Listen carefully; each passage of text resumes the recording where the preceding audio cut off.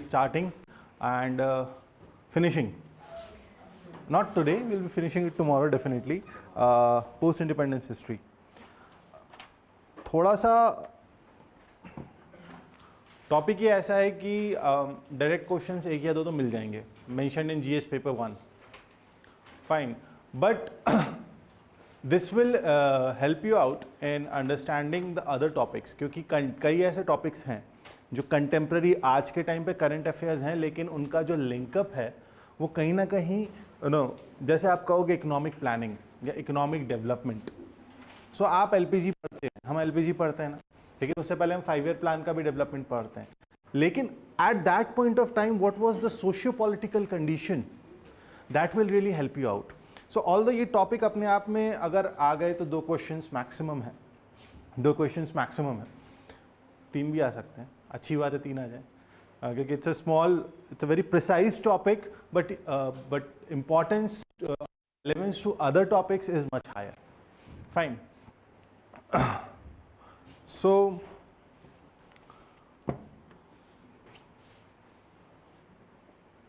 we'll start. The topic is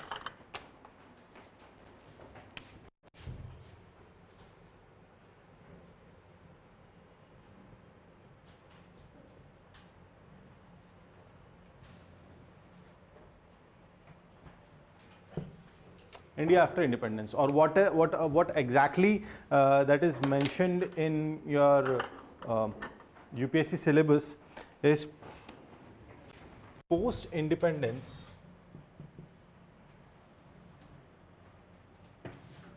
consolidation and reorganization of states.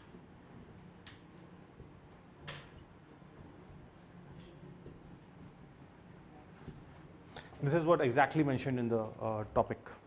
Reorganization of the states, or reorganization within the country, I'm sorry.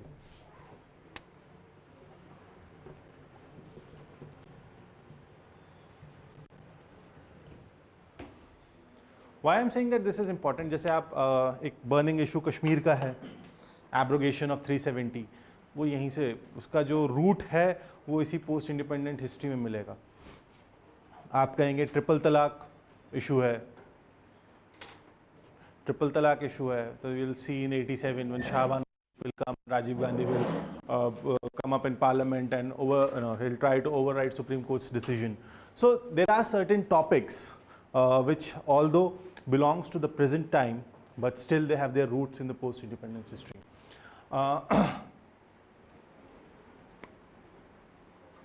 Rabindranath Tagore once said कि the wheel of time will turn और अंग्रेज़ों को भारत छोड़ना पड़ेगा, he said. लेकिन सवाल ये है कि वो कैसा Hindu, bigger question was what, कि वो कैसा हिंदुस्तान छोड़ के जाते हैं. फर्स्ट ऑफ ऑल एक इंपॉर्टेंट चीज़ जो हमें समझनी है, that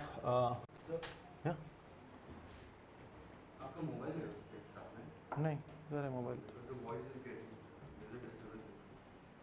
keep it on.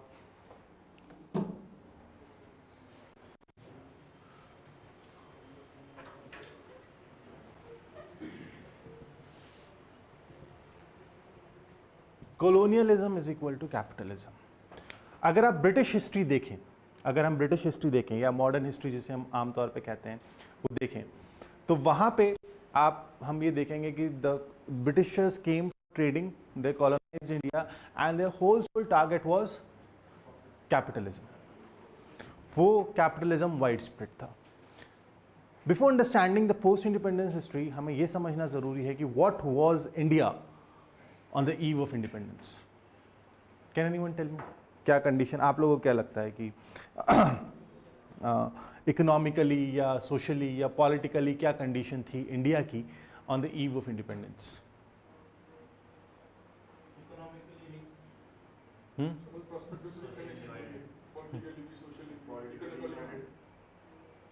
Politically United,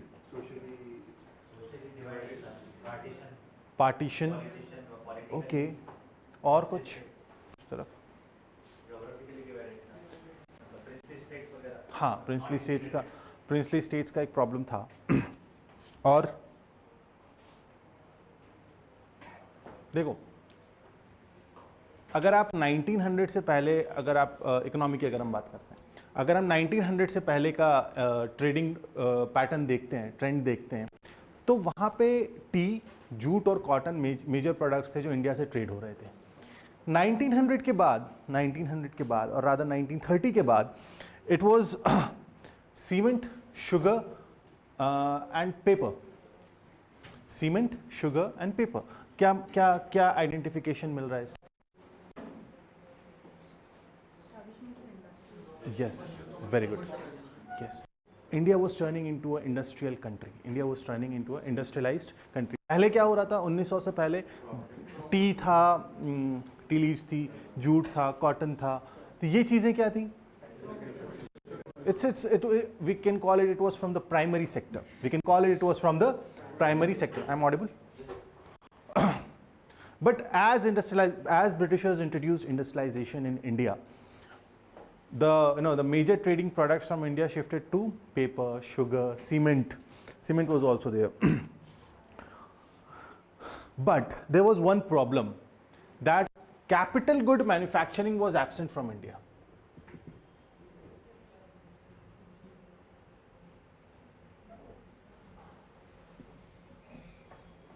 Capital good manufacturing was absent from India. What is this capital good manufacturing? पढ़ा ना इकोनॉमी में, consumer goods, capital goods. Yes, those goods which are used in production of other goods. Those goods which are used in production of other goods, we call them capital goods. So on the eve of independence, or rather if we say in the last 2 decades, after 1935 rather, 1930s के बाद India के अंदर जो situation थी, that capital goods were absent. Fine. Domestic savings जो थी, economy में हमने सेविंग्स का एक बहुत बड़ा रोल होता है. इंडिपेंडेंस के टाइम जो हमारी सेविंग्स थी, they were just 3% of GNP. 3% of GNP. आज कितनी है? 32, 33, 30%, समवेयर अराउंड दैट. सी, ये हमारी इकोनॉमिक कंडीशन. क्यों? दादा भाई नौरोजी ने किस चीज़ का कंसेप्ट दिया था? ड्रेन ऑफ वेल्थ का. वो चीज़ कहीं ना कहीं दिखने लगी थी. And if you see the policy, जो भी गवर्नमेंट पॉलिसीज थी, जो भी ट्रेडिंग पॉलिसीज थी, they were all colonial in nature. All the policies were what? या जो ट्रेड पॉलिसी थी, कॉलोनियल इन नेचर का क्या मतलब है? एनीथिंग लाइक हमने बड़ा तिनकठिया सिस्टम, आपने शायद पढ़ा होगा हिस्ट्री में, नहीं तो इट विल कम अप. जो इसमें चंपारण का जो रिवोल्ट, चंपारण का जो गांधी जी सत्याग्रह करते हैं, वो किस लिए करते हैं? बिकॉज द यूरोपियन ट्रेडर्स जो थे, वो किसानों को उनका हक नहीं दे रहे थे. Why? Because dye was invented in Germany. तो वो नील के जो इंडिगो फार्मर्स थे, दे वर बीइंग नेग्लेक्टेड. सो जो भी उस वक्त पॉलिसी बनती थी, जो भी पॉलिसी बनती थी, they were all tilted, they were all favoring the colonial practices. Most importantly, जो एक सिस्टम जिसने सोसाइटी को बहुत ज़्यादा was that peasantry.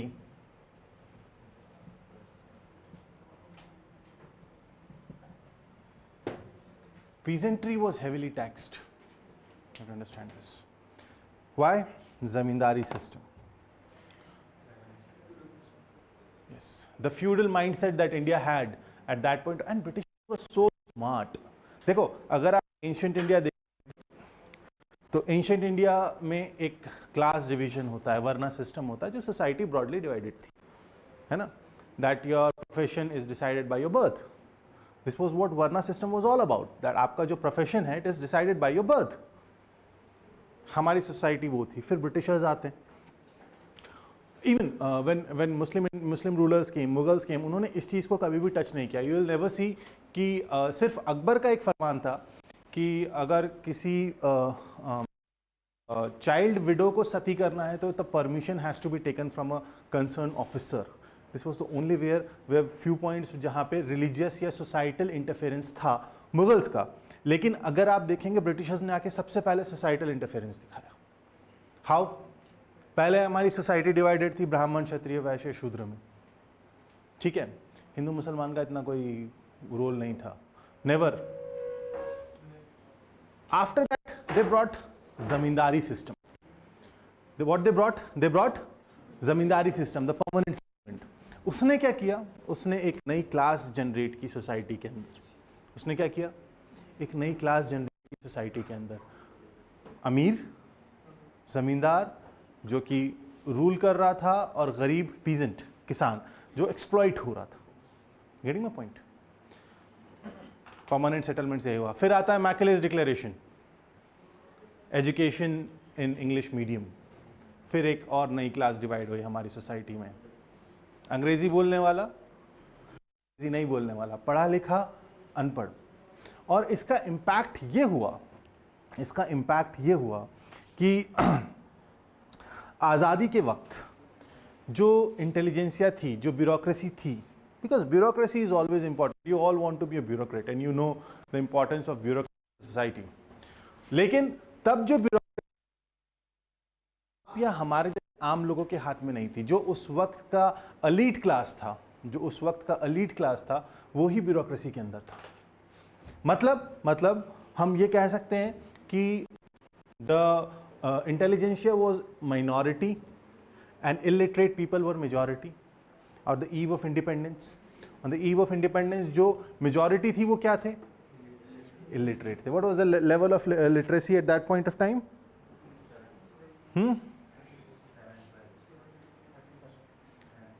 Hardly 30%, less than 80% around.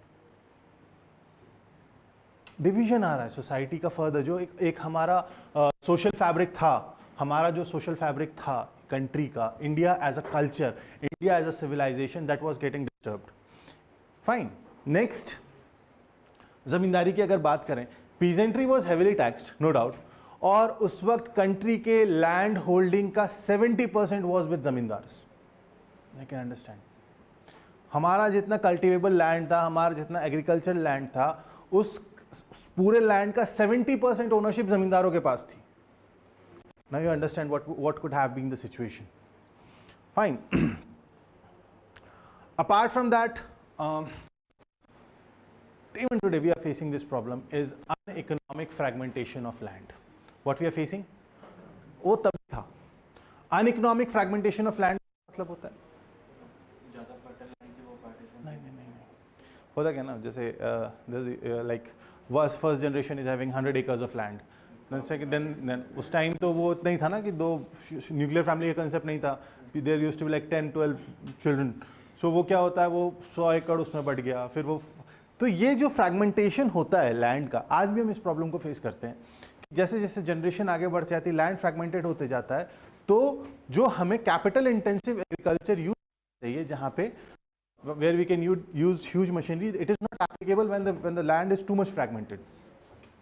Why America or Britain they are excelling in agriculture, or Australia or New Zealand they are excelling in agriculture? The reason is they are having huge lands, continuation में है 1000 एकड़ 500 एकड़। तो वो क्या होता है, वहाँ बड़ी बड़ी मशीन वो यूज कर लेते हैं। सॉर्टिंग मशीन वो साथ ही चलता है। वो मैंने कभी वीडियो देखा था, there was I guess it was from Australia और न्यूजीलैंड, आई डोंट रिमेंबर। तो वो क्या हुआ, उन्होंने वो एक तरफ से टोमेटो हार्वेस्ट हो रहा है, एक ट्रक साथ में चल रहा है, एक साथ में सॉर्टर चल रहा है जिसमें इंफ्रारेड टेक्नोलॉजी लगी है। वो उसके पास होता है, अगर ग्रीन टोमेटो होता है तो वो उसे अलग कर देता है, रेड टोमेटो होता है तो पास होने देता है। लेकिन ठीक है, it's a technology, it's a capital intensive technology, it is saving time, but India में एप्लीकेबल ही नहीं है। कहाँ से हो जाएगा? इतना लंबा लैंड है, छोटे छोटे तो खेत होते हैं हमारे यहाँ। Even if you go through train, आप देखोगे फसल तो दिख रही है, लेकिन बीच में कहीं ना कहीं वो बाउंड्री और बंड्स बने हुए हैं। Fine, this problem we are still facing. ये वाली प्रॉब्लम जो तब थी कि 70% of the land was with zamindar, ये आज भी है। आज ऐसे है that if you see the land distribution, farmers को हमने 4 कैटेगरी में डिवाइड किया हुआ है, marginal, small, medium and large. तो हमारी कंट्री का ऑलमोस्ट रफली मैं अगर बताऊं 75 to 80% जो लैंड है वो मीडियम और लार्ज फार्मर्स के पास है। and they are just 20% of the total farming population, 19% to be very precise. तो जो मीडियम और लार्ज फार्मर्स हैं वो आज भी सबसे ज़्यादा लैंड होल्डिंग कर रहे हैं, although they are less in numbers. Actually पता है किसानों का exploitation is our in our blood, मानो चाहे मत मानो. ये कॉलोनियल माइंडसेट है, ये इंपीरियल माइंडसेट है जो हमारे अंदर बैठा हुआ है. That I also I was teaching the regular batch. I gave the example of potato chips. Anyone from UP? From which place? Kanpur. Kanpur. That's the potato belt. Am I right? Yes. जब potato harvest होता है ना, you know, बहुत simple चीज. Chips खाते हो? लेज सब खाते हैं. 10 रुपीज का पैकेट होता है ना? कितने चिप्स होता है उसमें? हाँ, 50 ग्राम एक एवरेज ले लेते हैं. 50 ग्राम एयर इंक्लूडेड ना, ठीक है. तो इस चिप्स का प्राइस कितना हुआ पर केजी के हिसाब से? 200. और जब पोटैटो हार्वेस्ट होता है या तो फेंक दिया जाता है क्योंकि बम्पर क्रॉपिंग हो जाती है, और अगर एवरेज क्रॉपिंग भी हुई है तो पोटैटो का प्राइस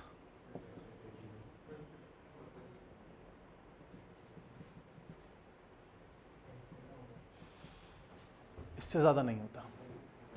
75 पैसे से 1.5 रुपए के बीच उसका प्राइस होता है जो फार्मर को मिल रहा है.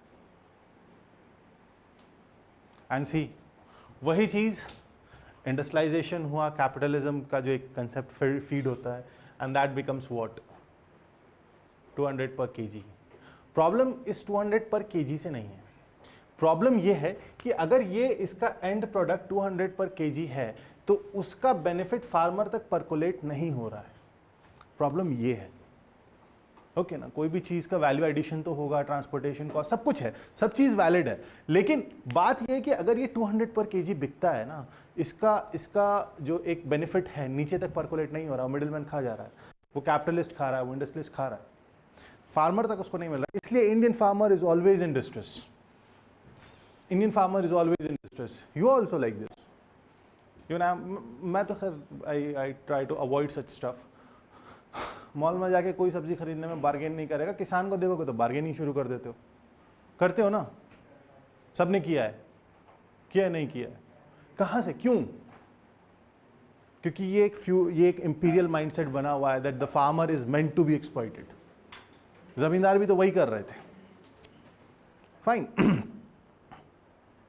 So this was broadly the economic condition of the country at that point of time. If we see the education, the condition in education and health,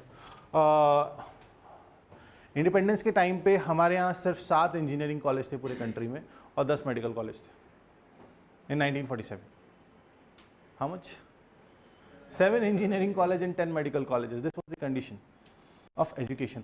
देखो, ब्रिटिशर्स ने हमेशा एलिमेंट्री एजुकेशन की बात की. उन्होंने उतनी ही एजुकेशन देने की बात की कि वो क्लर्क बना सकें. उन्होंने उतनी एजुकेशन की बात कभी नहीं की कि वो ऑफिसर्स बने या वो प्रोफेशनल या टेक्निकल एजुकेशन में जाएं. और तब भी ये एजुकेशन जो थी ना, ये एलीट क्लास तक लिमिटेड थी. फाइन. एक्सप्लॉयटेशन ब्रिटिशर्स ने किया, लेकिन ऐसा नहीं है, उन्होंने कुछ अच्छा भी किया. what could be the possible positives of British Empire or positives of the colonial rule? Can anyone?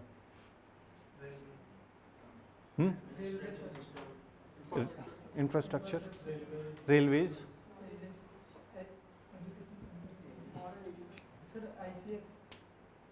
अभी हम उस पे आएंगे, जरा सा उसको रोक दो. Modern education. सी, एक और बड़ा इंटरेस्टिंग फैक्ट है कि सेकेंड वर्ल्ड वॉर के बाद तक, और rather I can say during by the end of world war 2, 60% of जो हमारी इंडस्ट्रीज थी, they were driven by Indian capital. This Tatas, this Birlas, and they all are they all started their ventures before independence. So एक चीज़ थी कि India का industrialisation हो रहा था, लेकिन अगर इंडियन कैपिटल उसमें लग रहा था तो Britishers were not restricting that. Positive. Banking sector को उन्होंने इम्प्रूव किया. आरबीआई 1935 है ना. इंश्योरेंस सेक्टर को उन्होंने इम्प्रूव किया. मीन्स कहीं ना कहीं वो चाह रहे थे कि जो इंडियन कैपिटल है वो भी मोबिलाइज होके सिस्टम में आए, इंडियन कैपिटल भी मोबिलाइज होके सिस्टम में आए. And I believe one of the biggest contribution which we used it later, which we used later but given by britisher to us was rule of law. They tried to maintain a somewhat independent, or rather I use the term, a relatively independent judiciary. I'm not saying completely independent judiciary, but still they tried to maintain a relatively independent judiciary. Rule of law का concept आता है, fine.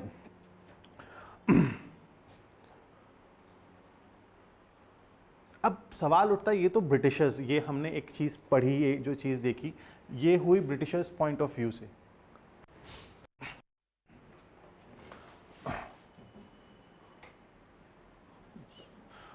ये हुआ Britishers point of view से.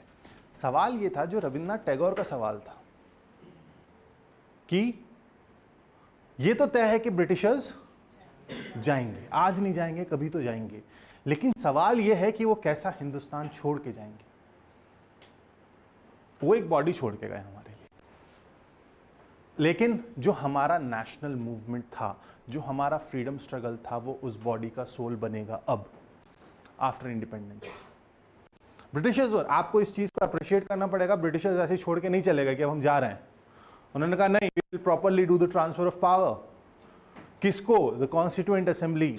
जब तक आप you don't turn into a republic, you will be a dominion country. You should acknowledge that. वो चाहते तो ऐसे छोड़ के जा सकते थे ना, कोई रोक रहा था उन्हें, लेकिन उन्होंने क्या कहा, नहीं. सवाल यह है कि उनका, and I believe Lord Mountbatten को थोड़ा सा इसमें विलन बनाया जाता है, लेकिन ऐसा नहीं है. Lord Mountbatten he was a very कहना चाहिए काम एंड कंपोज्ड पर्सन. और उसका कि हम ट्रांसफर ऑफ पावर किसे करेंगे? कॉन्स्टिट्यूएंट असेंबली को. जब तक आप रिपब्लिक नहीं बन जाते हैं, there will be a governor general, you will be a dominion status. The point you will become, you adopt a constitution, you are completely free. That is why independence से ज़्यादा, इफ यू विल सी 15 अगस्त को सिर्फ prime minister की speech होती है from the red fort, लेकिन you see on republic day it's a huge celebration, because on that republic day I'm sorry, India turned from a nation to nation state. Now this is a very critical point to understand, that India turned from nation to nation state. Now what is a nation and what is a nation state?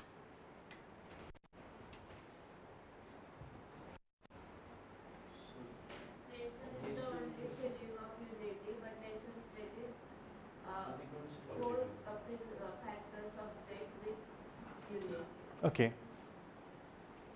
partly yes, good. Or sovereignty is one of the major character. What is a nation? Nation is a feeling of oneness, feeling of one fraternity. For example, अभी जो Taiwan में चल रहा है, sorry Hong Kong में Taiwan याद आ गया. Hong Kong में क्या है? they feel that they are recognized as a nation, but what they want to become, what is happening in Philistine? Philistine is recognized as a nation, है ना? ऑब्जर्वर नेशन यूएन कह रहा है ना उसे, ऑब्जर्वर नेशन का status मिला हुआ है, but what it want to turn nation state. And one of the most important element of nation, being a nation state, is the feeling of, or the element of sovereignty. What is the most important part of being in a nation state is the part of, or the feeling of sovereignty. What is this sovereignty? Self-control over its own territory. No external interference.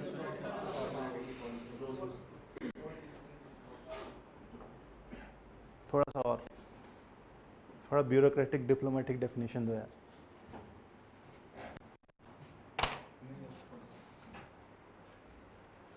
संप्रभुता क्या है? We are independent of ruling ourselves, and there is no external influence. And who is this ourselves? Sovereignty के बारे में बोल रहा हूँ. Sovereignty में तो अपना मतलब कोई भी डिसीजन लेने की अथॉरिटी अपने पास है. ये अपना कौन है इसमें? सवाल तो this is, We the people of India. yes, this was I was waiting. What preamble कहाँ से शुरू होता है? We the people. अभी the government कह रहे थे. Yes, when we talk sovereignty in a democracy, because we are talking about ourselves now. Sovereignty in a democracy. Demo is what people is all about. Monarchy भी sovereign होती है, ऐसी बात नहीं है. लेकिन हम इंडियन कंटेक्स्ट में बात करें तो ये जो no external interference and whatever you have said कि खुद का decision and everything, but all that power is vested in we the people. That is why republic is there. Fine. So लेकिन ये नेशन बन गया था. ये जो नेशन है ना, ये आज़ादी का वेट नहीं कर रहा था. India as a nation started emerging mostly after 1935. India as a nation started emerging after 1935 because what was the most important contribution of national movement, or what is the most important, or rather the most important contribution of our freedom struggle is, yes, that is unity and diversity, or the feeling of oneness that it generated throughout the country. Second, the integration, the national integration. Okay. Now we come to independence. इतना समझ में आया कि क्या हो रहा था, क्या कंडीशंस थी, ब्रिटिशर्स किस तरीके से मतलब क्या वो छोड़ के गए हमारे लिए. वो हमारे लिए एक बॉडी छोड़ के चले गए. वो हमारे लिए एक बॉडी छोड़ के चले गए जिसमें आत्मा नहीं थी. और हमें हमारे जो founding fathers of this country, I say the first line leadership of this country, हमें उन्हें इस चीज़ का पूरा एक्नॉलेजमेंट देना चाहिए कि उनको एक डेड बॉडी मिली थी. एक पुलिस सिस्टम मिला था जो कॉलोनियल था. एक एडमिनिस्ट्रेटिव सिस्टम मिला था जो एलीट और रिच क्लास के पास लिमिटेड था. आज आप और हम जैसे लोग अगर ब्यूरोक्रेसी में आने की सोच रहे हैं, ये तब नहीं सोच रहे थे. It was out of reach. It was out of reach. तो अगर उन्होंने इस बॉडी में जान डाली है through their continuous efforts, through their hard work, we should give. Whether whatever the condition of countries today, we cannot say कि पिछले इतने सालों में बहुत कुछ हुआ है, बहुत कुछ हुआ है. We cannot abuse the farmers of this country. 50 million ton से 300 मिलियन टन तक हम पहुंच रहे हैं. Farmers have worked hard ना, scientists have worked hard. 7 engineering college थे, आज कितने हैं? आज तक मतलब प्राइवेट तो हटा दो. If you'll see even NITs and IITs, अगर हम सिर्फ NITs और IITs को भी अगर कंसिडर करें, the way we have reached miles. Like someone was shouting, ISRO failed yesterday. No. That is the minutest margin of error one can commit. और वो खुद कह रहे थे कि ये 15 मिनट क्रूशियल हैं. वो खुद कह रहे थे from day one they were saying that last 15 minutes were crucial. 14 minutes तक हम सर्वाइव करें. एंड अभी भी what ISRO is officially saying that the connection is lost. May be possibility है कि रोवर ने अपना काम शुरू कर दिया हो. पॉसिबिलिटी है. अभी तो हमें सिर्फ सिग्नल्स, हमें कम्युनिकेशन नहीं बन रहा है ना. हो सकता है वो अपना काम कर रहे हैं.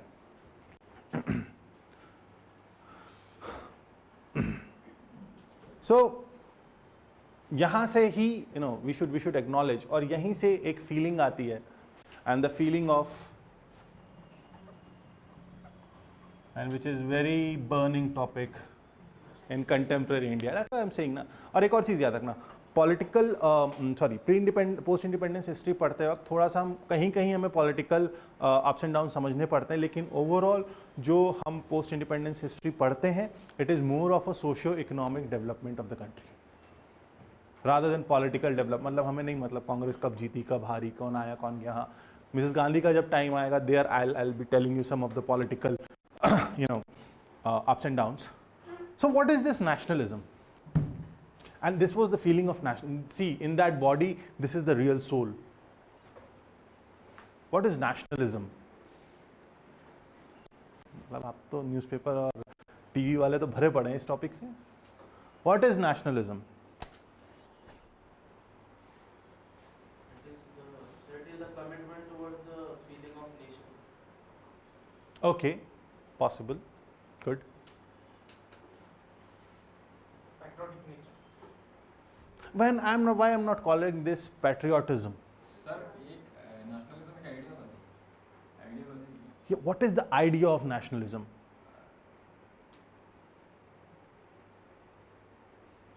मतलब अपने राष्ट्र के प्रति से बहुत ही ज़्यादा ये होना, सद्भावना होना, रिस्पेक्ट होना, सद्भावना और रिस्पेक्ट टुवर्ड्स नेशन, और Feeling of belonging to one nation. feeling of belonging. Was Hitler a nationalist? Was Hitler a nationalist? No, he was an ultra nationalist. What is nationalism? पढ़ रहे हो ना, अभी तो सब ने नेशनल एंटी नेशनल सब बहस चल रही है. Well aware of this. What is nationalism? Come on.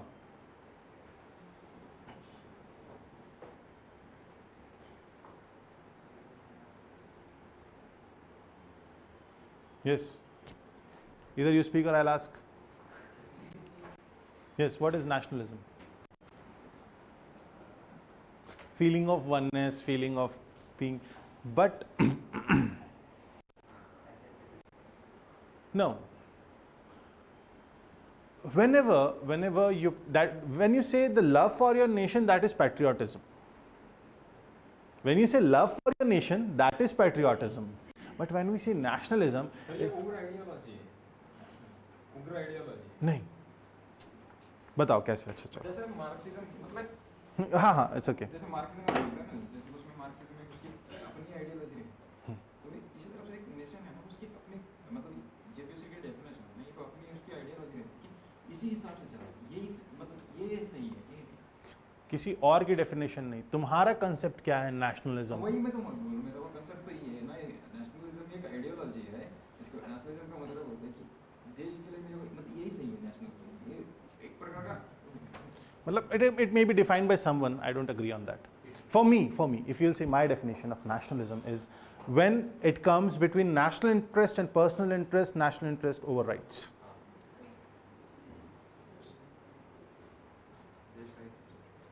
देश हित जब सबसे ऊपर होने लगे, कब? जब आपका व्यक्तिगत हित और देश हित के बीच टकराव हो और उसमें आप अपने देश हित को ऊपर रखेंगे, वो असल राष्ट्रवाद है.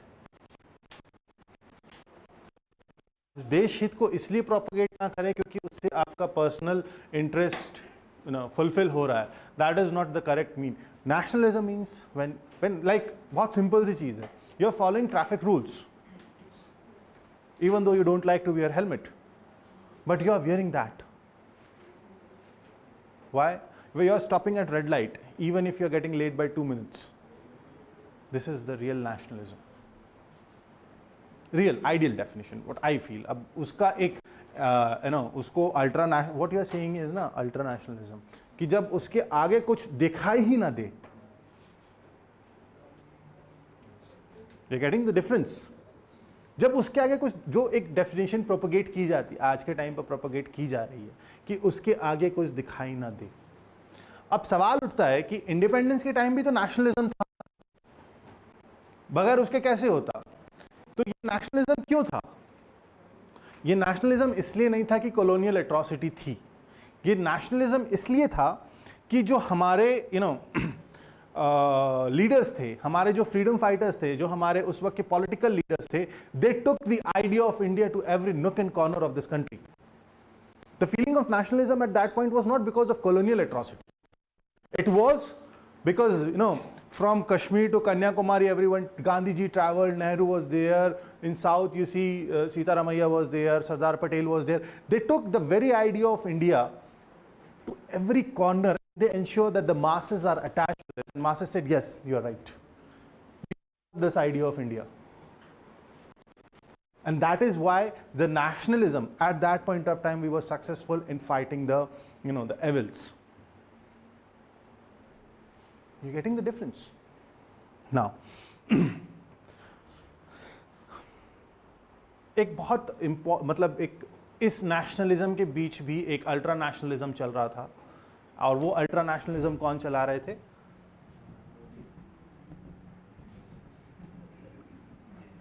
Jinnah. He was one of the finest lawyer this judicial system ever had. Jethmalani quotes him. Aaj bhi. Also, Mr. Jethmalani no more, he don't practice anymore, but he quotes him. Jinnah was a lawyer. Lekin he was overridden by what you said, the feeling of ultra-nationalism. And this feeling of ultra-nationalism and mass following of Jinnah led to the partition of this country. अब political आप काफ़ी कुछ theories हम पढ़ते हैं, we go through many theories कि जिन्ना ने ये किया, Jinnah demanded this. Gandhi ji was ready, बोले जिन्ना को एक काम करो, या प्राइम मिनिस्टर बना दो. Patel and Nehru were not ready. Even Gandhiji never wanted partition should happen. Gandhiji never wanted. He never wanted that partition should ever. But still, partition was bound to happen. अभी इतना बड़ा देश संभालने में हालत ख़राब हो जाती है कई बार. तब तो you can imagine the Bangladesh plus India plus Pakistan. What was the the ultra nationalism which was perpetuated, which percolated since 1914, or rather from 1909. When the two nation theory comes and separate electorate, Muslim League वाला जो era था, जब वो चलना शुरू होता है, वहीं से ये इसके seeds 1924 आते आते when Jinnah joined Muslim League, Chaudhry Rahmat Ali came with the concept of Pakistan, the term Pakistan. तो वहाँ तक ये realize हो गया था कि this is something which is bound to happen. Partition भी होता है, मतलब, और ये आप सोचो communalism peak पे है, casteism है, regional uprisings हैं, क्योंकि कई ऐसे स्टेट्स थे, कई ऐसे प्रिंसली स्टेट्स थे जो चाह रहे थे कि हमें एक अलग देश बना दिया जाए. और इस सारे टर्मोइल के बीच जनवरी 1947 में लॉर्ड माउंटबेटन को इंडिया भेजा जाता है. जनवरी 1947 में लॉर्ड माउंटबेटन को इंडिया भेजा जाता है कि you put last nail in the coffin. Fine. Lord Mountbatten जब आते हैं तो वो आते हैं सबसे पहले मार्च में तक एक वो आइडिया दे देते हैं that we leave India, proper transfer of power जो है हम जुलाई 1948 तक कर देंगे, हम चले जाएंगे. लेकिन पंजाब और बंगाल ब्रॉडली में कम्युनल राइट, क्योंकि कम्युनलिज्म देखो, ये इनका आइडिया तो कम्युनल था ना, ultra nationalism flavoured with seasoned with communalism. This was the idea of Jinnah. ये बढ़ने लगा लोगों को. ये actually reason of riots were somewhat, जो अब ये अनकोटेड थ्योरीज हैं, र्यूमर्स कह लो, जो कह लो, क्योंकि वो उस वक्त में there were an number of theories which were coming up. लोगों को स्पेशली जो बॉर्डर एरियाज में थे, बंगाल में, पंजाब में, वहाँ ये लगने लगा कि जिसकी पॉपुलेशन ज़्यादा होगी वो गांव उधर चला जाएगा या वो शहर उधर चला जाएगा. मीन्स उनको ये लग रहा था सेंसस होगा और सेंसस में जिसकी पॉपुलेशन ज़्यादा होगी, and that's why the writing majorly started कि कम कर दो सामने वाले को, कोई भी हो, ईदर साइड, डजेंट मैटर कौन किसको मारा, इट इज़ नॉट इम्पॉर्टेंट. इंसान ने इंसान को मारा, that is important.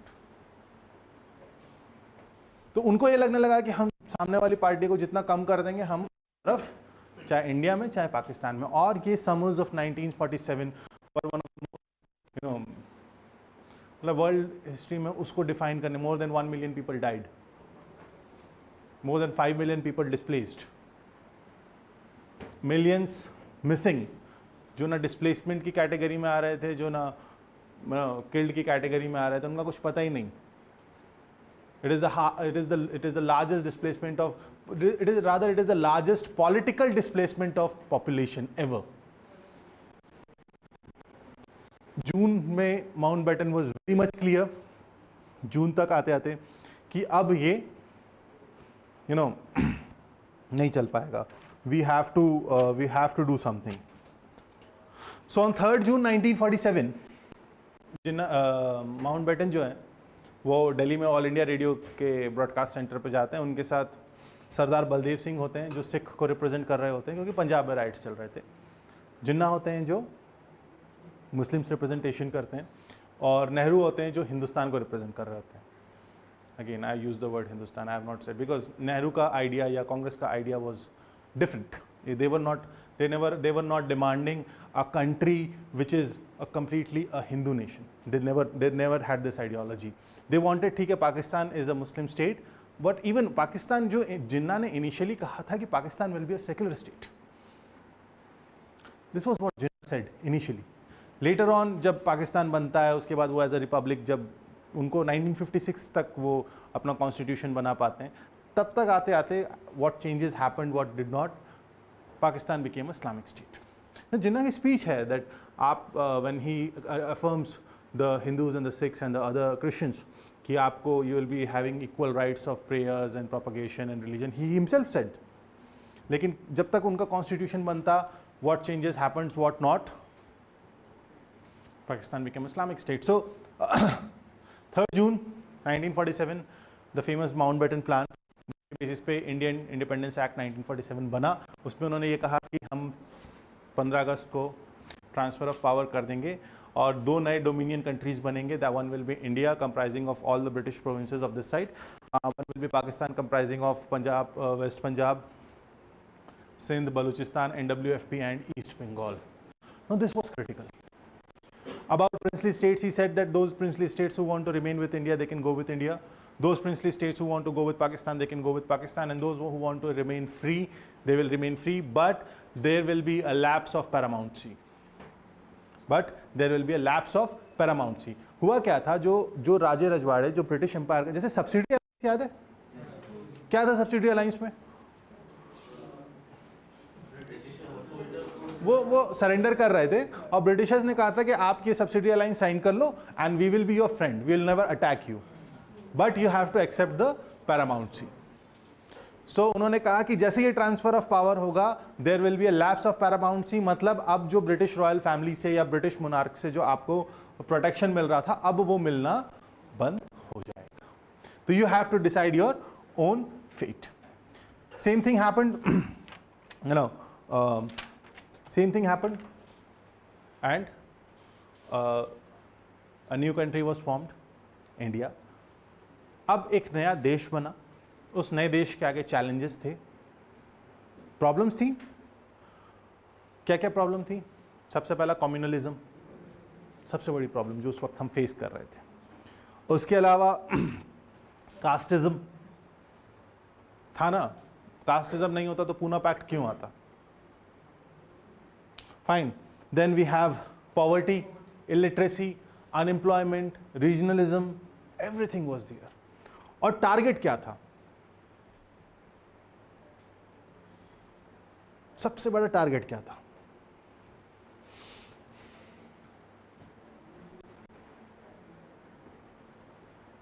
The biggest target in front of the leaders is to socially, politically, economically and emotionally integrate India as one nation. Social integration भी चाहिए था, पॉलिटिकल इंटीग्रेशन भी चाहिए था, इकोनॉमिक इंटीग्रेशन भी चाहिए था और इन सबसे ऊपर इमोशनल इंटीग्रेशन चाहिए था. You understand what is emotional integration? Is that कि ये कहीं ऐसा ना हो कि ये पाकिस्तान अलग हो गया, ये प्रिंसली स्टेट्स का प्रॉब्लम आ रहा था. इन सब के बीच जो आइडिया ऑफ इंडिया हम प्रोपगेट कर रहे हैं पिछले 25-30 सालों से, वो कहीं खत्म ना हो जाए, कहीं वो खत्म ना हो जाए. तो emotional integration, apart from that plus giving a stable, क्योंकि जैसी पाकिस्तान बनने की बात होती, कॉन्स्टिट्यूएंट असेंबली भी ब्रेक हो जाती है, पाकिस्तान के मेंबर्स जो उस तरफ के थे वो अलग, वो आना बंद कर देते हैं. फाइन. यस, फ्लो टूट गया, sorry. Yeah, the challenges and the targets. So we had the challenges of communalism, casteism, regionalism and everything. And then we had the challenges, we have the target. और जो target था वो यही था कि हमें हिंदुस्तान को, हमें इंडिया को एक socially, politically, economically and emotionally एक देश में बनाना, एक देश, एक सूत्र में बांधना है. अब इसीलिए जब आर्टिकल 1 क्या कहता है?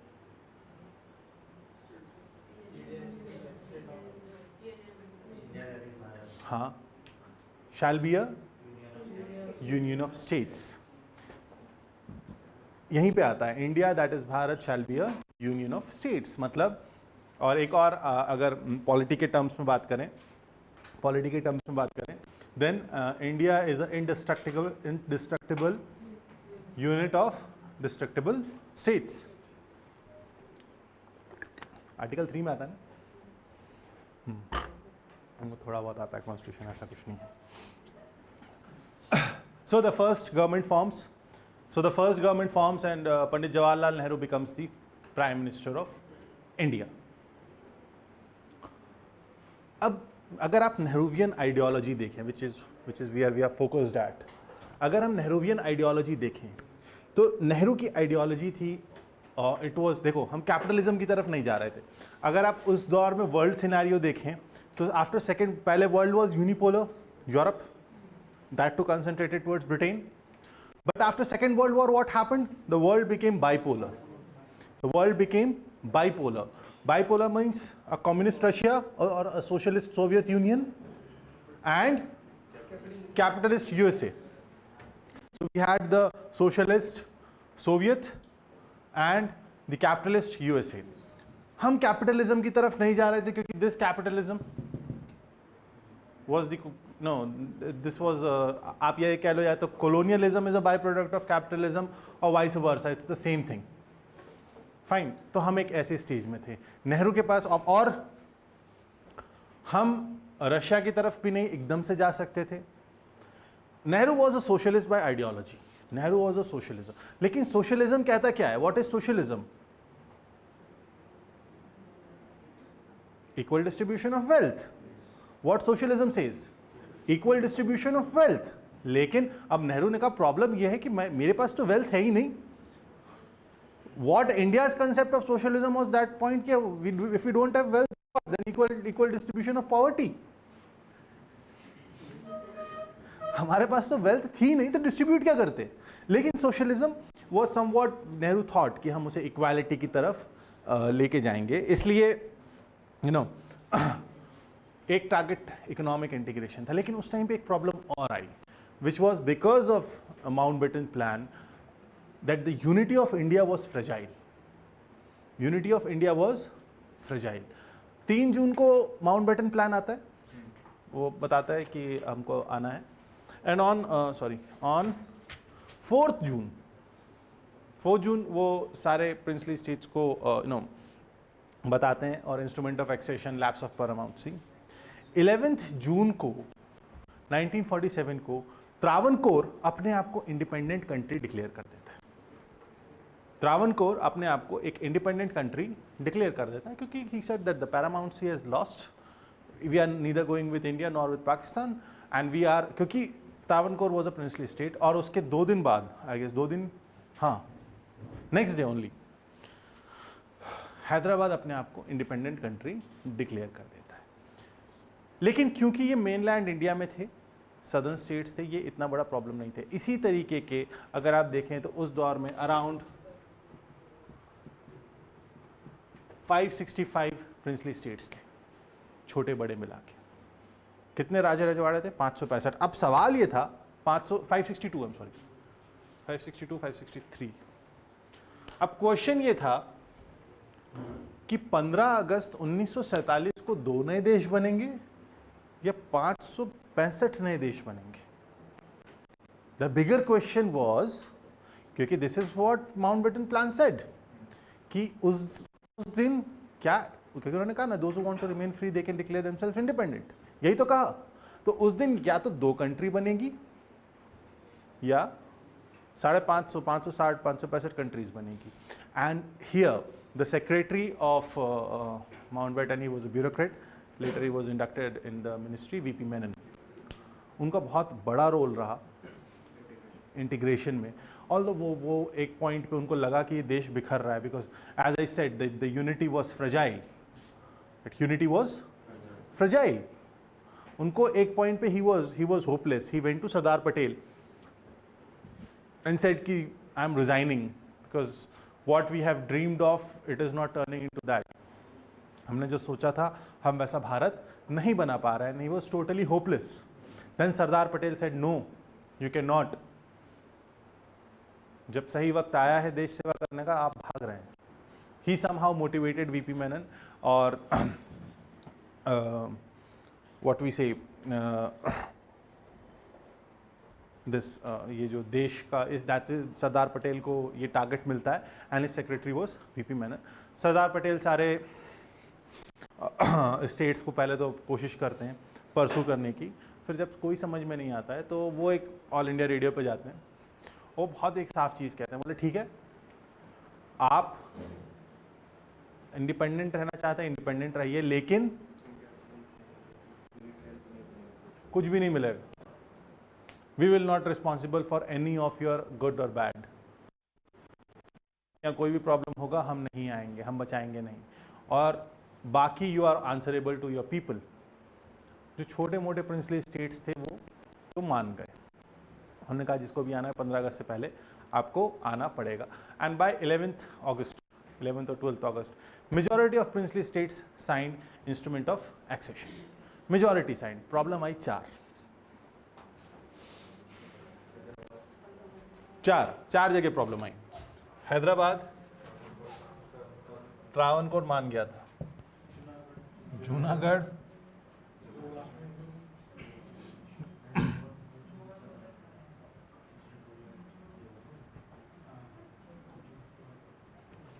प्रॉब्लम आई 4 जगह.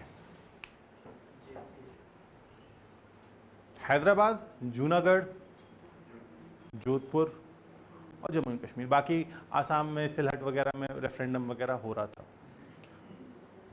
Will take one by one. हम पहले जोधपुर को लेते हैं.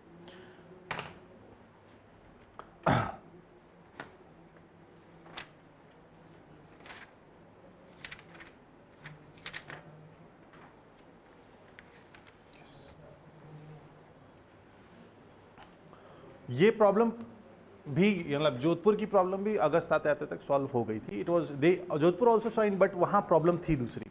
वहाँ प्रॉब्लम क्या थी, वहाँ के जो राजा थे राजा हनुमंत सिंह, जोधपुर के उस वक्त में राजा जो थे राजा हनुमंत सिंह, वो पहले चाह रहे थे कि इंडिपेंडेंट स्टेट हो जाए, लेकिन उससे ज़्यादा उनको जिन्ना ने कन्विंस कर लिया. बोले आ जाओ. वो गए जिन्ना के पास कि जिन्ना साहब हम आ तो जाएंगे, और उन्होंने जिन्ना ने उनको ये भी कन्विंस कर लिया था कि आप जोधपुर के साथ जैसलमेर और बीकानेर को भी कन्विंस करें कि that they signed accession with Pakistan. Jodhpur was a bigger problem. Hyderabad and Junagadh were not problem. Hyderabad and Junagadh उतना बड़ा प्रॉब्लम नहीं थे क्योंकि वो चारों तरफ से इंडियन टेरिटरी से लैंडलॉक थे, है ना. लेकिन क्योंकि जोधपुर, जैसलमेर, बीकानेर, इनकी जो बॉर्डर थी वो सीधे पाकिस्तान से मिल रही थी, है ना. इनकी जो बॉर्डर है वो सीधे पाकिस्तान से मिल रही थी. इनको कन्विंस करना ज़्यादा इंपॉर्टेंट था, क्योंकि अगर ये उधर चले जाते तो इनको हमेशा, आप इनको चार तरफ से नहीं घेर सकते थे. एंड देयर इफ दे से कि will become a part of Pakistan, they will definitely can get continuous help from them. तो भोपाल नवाब जो हैं वो जिन्ना के साथ मीटिंग फिक्स कराते हैं राजा हनुमंत सिंह की. वो जिन्ना से कहते हैं कि देखिए ऐसा है कि हम आ तो जाएंगे, लेकिन हमें क्या मिलेगा. बड़ा सवाल, हमें क्या मिलेगा. जिन्ना ने कहा क्या चाहिए. वो है ना कि हम भी तुम्हारे मांगने की हद देख ही लें, आज तुम्हें क्या चाहिए. Jinnah signed a blank paper. Jinnah signed a blank paper. बोले जो लिखना है लिख लो, and sign the instrument of accession. उनके साथ जो जैसलमेर और बीकानेर के रिप्रेजेंटेटिव भी थे, उन्होंने कहा ऐसा है कराची पोर्ट का एक्सेस हमें दे दीजिएगा. जिन्ना ने बोला दे तो दिया, ब्लैंक पेपर लिख लो जो लिखना है. और बोले जो हैदराबाद से लेके जैसलमेर तक की जो रेलवे लाइन है उस पे उसकी रॉयल्टी हम लेंगे. जिन्ना को थोड़ा सा अजीब लगा. And still Raja Hanumant Singh was not clear. वो बहुत ज़्यादा डिमांड कर रहे थे. और इतना कुछ करने के बाद वो पेपर लेने लगे like this, and he said ठीक है जिन्ना साहब मैं 1-2 दिन में सोच के आपको बताता हूँ. जिन्ना ने पेपर वापस ले लिया. जाओ यहाँ से. Jinnah was a very arrogant person, very arrogant person. वो अच्छा हुआ वैसे. हाँ, बहुत detailed integration of India.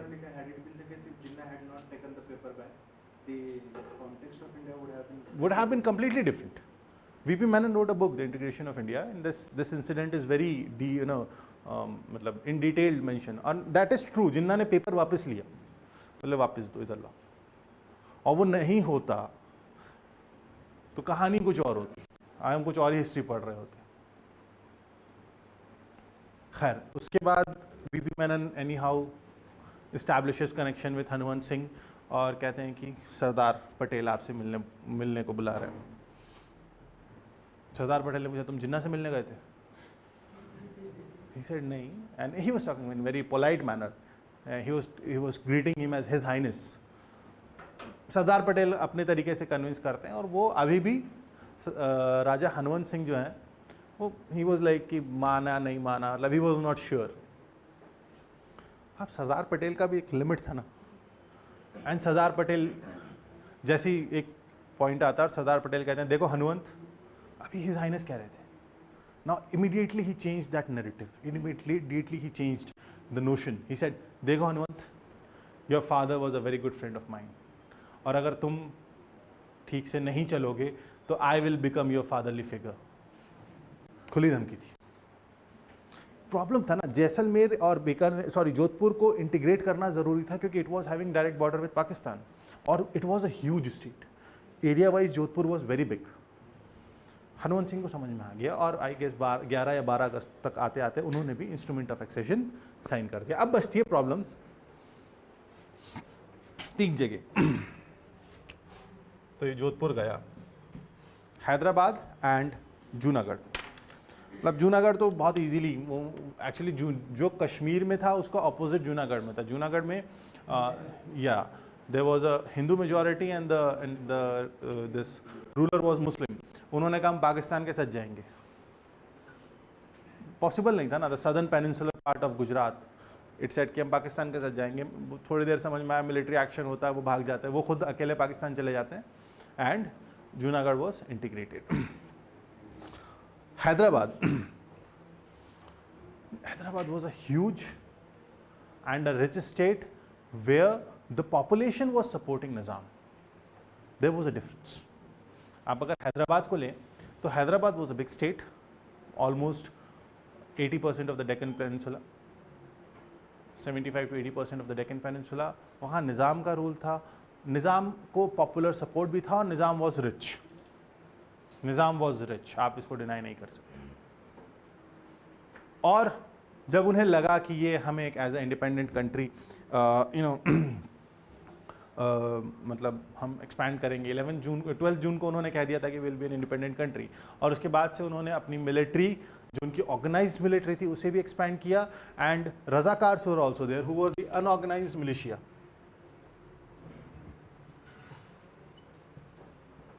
Will be the unorganised Razakars. 7 अगस्त 1947 को क्या होता है, जो हैदराबाद की स्टेट कांग्रेस होती है वो एक रेजोल्यूशन पास करती है कि हमें एक डेमोक्रेटिक कंट्री में मर्ज होना है। We want democratisation of Hyderabad rather than this monarchy. We want democratisation of Hyderabad rather than this monarchy. अगले दिन ये जो मिलिट्री और रजाकार मिलके 20,000 कांग्रेस के जितने वर्कर्स थे हैदराबाद के अंदर, सबको अरेस्ट कर लेते हैं। This started the unrest. Fine. So लेकिन उसी टाइम पे, उसी दौरान, इवन उससे पहले से, जो तेलंगाना रीजन है वहाँ के जो पीजेंट्स थे वो रिवोल्ट कर रहे थे ज़मींदार और जो फ्यूडल क्लास थी उसके खिलाफ। और क्योंकि वो फ्यूडल क्लास जो है वो निज़ाम को टैक्स देती थी, तो रजाकार्स वो सपोर्टिंग देम। लेकिन जब तेलंगाना में all of a sudden revolt बढ़ा, उसकी इंटेंसिटी बढ़ी, Razakars went in and those peasants were able to defend themselves from Razakars. वो जो पीजेंट्स थे वो अपने आप को डिफेंड कर जाते हैं, किनसे? ये जो रजाकार्स की आर्मी थी इनसे। And they looted all the landlords, and वो बिल्कुल एक अनरेस्ट की सिचुएशन हो जाती है। And this was very clear that Hyderabad has no other solution than military action. अभी व्हेन विल स्टडी कश्मीरी, थोड़ा सा ये फिर से हम हैदराबाद की तरफ आएंगे। सो ऑन 13th September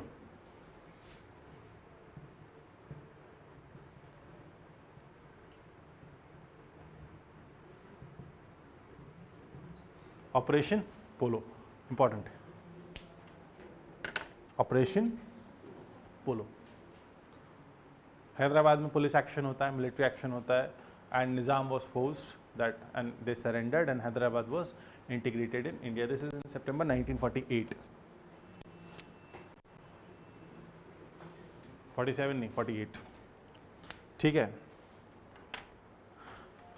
निज़ाम से कहा जाता है कि हम आपको, ऐसा नहीं है कि हम आपको जलील वलील कर रहे हैं, हम will give you full respect, आपको राज प्रमुख का टाइटल मिलेगा, और जो दूसरे प्रिंसली स्टेट्स को जो प्रीवी पर्स प्रॉमिस किए गए थे, जो एक तरीके से एक रॉयल पेंशन सॉर्ट ऑफ समझ लीजिए, जो प्रीवी पर्स प्रॉमिस किए गए थे वो भी दिए जाएंगे। तो हैदराबाद के साथ ये प्रॉब्लम टेक्निकली, लेकिन अभी why I left Kashmir was because it is the recent problem of Article 37, abrogation of Article 370 and lockdown in Kashmir and everything is going on. Kashmir के साथ क्या? कश्मीर में जो रूलिंग फैमिली थी या जो रूलिंग क्लास थी, it was Raja Hari Singh Dogra, who was a Dogra Rajput. ठीक है, वो जम्मू, कश्मीर और लद्दाख, तीनों के लेह लद्दाख के राजा थे। लेकिन प्रॉब्लम ये थी कि जो state of Jammu and Kashmir है उसकी 75% पॉपुलेशन जो है वो मुस्लिम थी। Raja Hari Singh decided based on Indian Independence Act कि we will be a free country, that we will be a free country. Hence on 15th August 1947 3 new countries were formed legally: India, Pakistan and Jammu and Kashmir. 3 new countries were formed. क्योंकि उन्होंने कहा, माने ही नहीं ना वो, बोले अब। And I really, this is questionable. This is somewhat, everyone was trying to integrate Junagadh or Hyderabad or Jodhpur, but no efforts were made to integrate Kashmir. हुआ क्या? कश्मीर आज़ाद था, उन्होंने बोला ना हम कुछ नहीं साइन कर रहे, इंस्ट्रूमेंट ऑफ एक्सेशन वगैरह कुछ नहीं।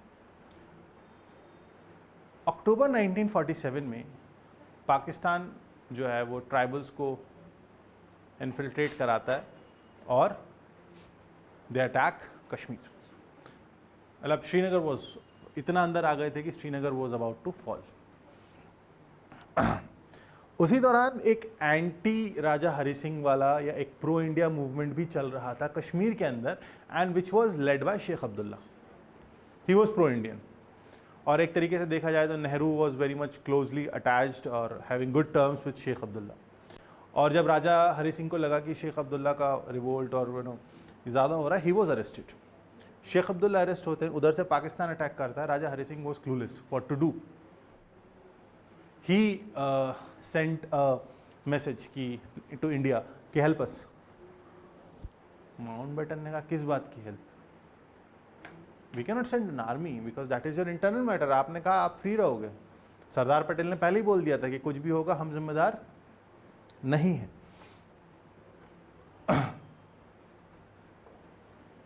तो बोले नहीं, लेकिन बोले दे आर उरी, और उरी से आगे एक और अनंतनाग और यहाँ तक बारामूला तक पाकिस्तानी आर्मी आ गई थी। Pakistani army was knocking Srinagar, they like 100 kilometres, odd 100 kilometres away from Srinagar. अब राजा हरि सिंह ने बोला कि ठीक है, क्या करना पड़ेगा? बोला इंस्ट्रूमेंट ऑफ एक्सेशन साइन करो।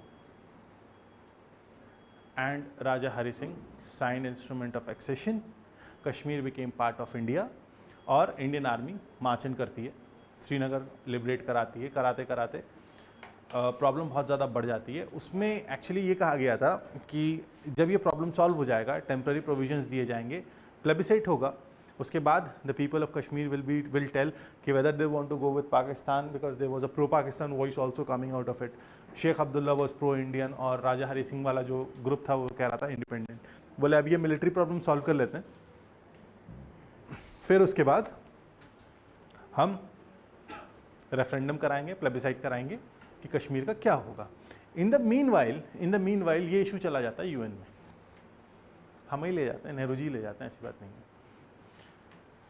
यूएन की सिक्योरिटी, उनको एक्चुअली ये लगा था कि यूके और यूएस जो है वो हमारा सपोर्ट करेंगे and they will ask Pakistan to pull back, लेकिन यूके और यूएस ने ऐसा किया नहीं, क्योंकि उनके लिए पाकिस्तान जैसी एक नई बनी हुई कंट्री जिसकी नीड्स ज़्यादा थी, वो ज़्यादा स्ट्रैटेजिक था रशिया को काउंटर करने के लिए, क्योंकि ना कोल्ड वॉर वाली रेसेस तो शुरू होने वाली थी ना, बादल तो आ ही गए थे कोल्ड वॉर वाले। तो उनको लगा कि रशिया को काउंटर करने के लिए पाकिस्तान को हम इंडिया को हम उतना ईजिली नेगोशिएट नहीं कर सकते जितना पाकिस्तान को कर सकते। तो सिक्योरिटी काउंसिल ने वोट किया स्टेटस को।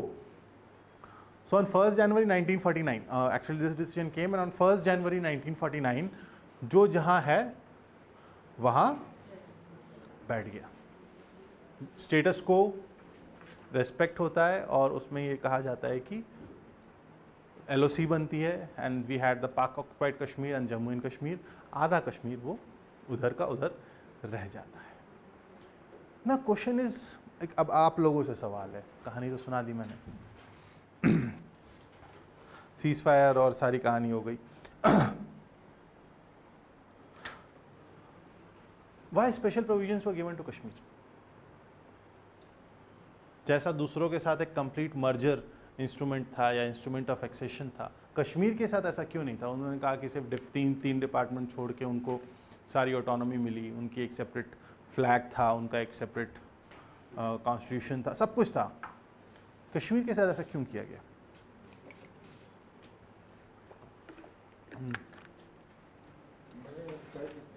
हाँ जाओ।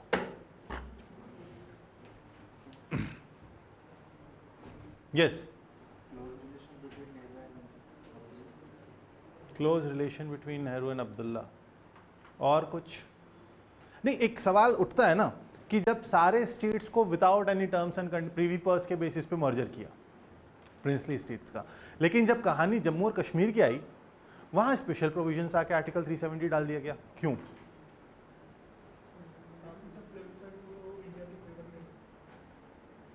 Yes, this may be one of the motive. लेकिन अब मजे की बात यही थी कि